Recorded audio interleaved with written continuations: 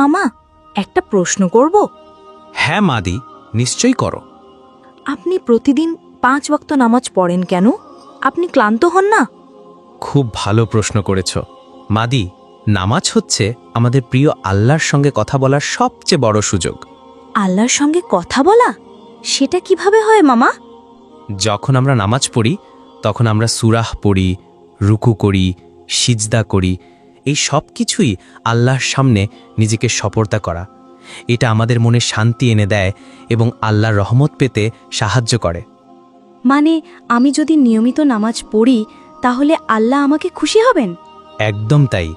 ছোট থেকেই নামাজের অভ্যাস করলে আল্লাহ তোমার উপর অনেক খুশি হবেন। তুমি যদি কোনো দুঃখে থাকো, আল্লাহ তোমাকে সাহায্য করবেন। আমি আজ থেকে নামাজ পড়ব ইনশাআল্লাহ। আপনি আমাকে শিখিয়ে দিবেন মামা? অবশ্যই। আমরা একসাথে অজু করব, তারপর আমি তোমাকে নামাজের নিয়ম শেখাবো। জাজাকাল্লাহ খায়ের মামা, আপনি আমার সেরা বন্ধু। আল্লাহ তোমাকে হেফাজত করুন মাদি।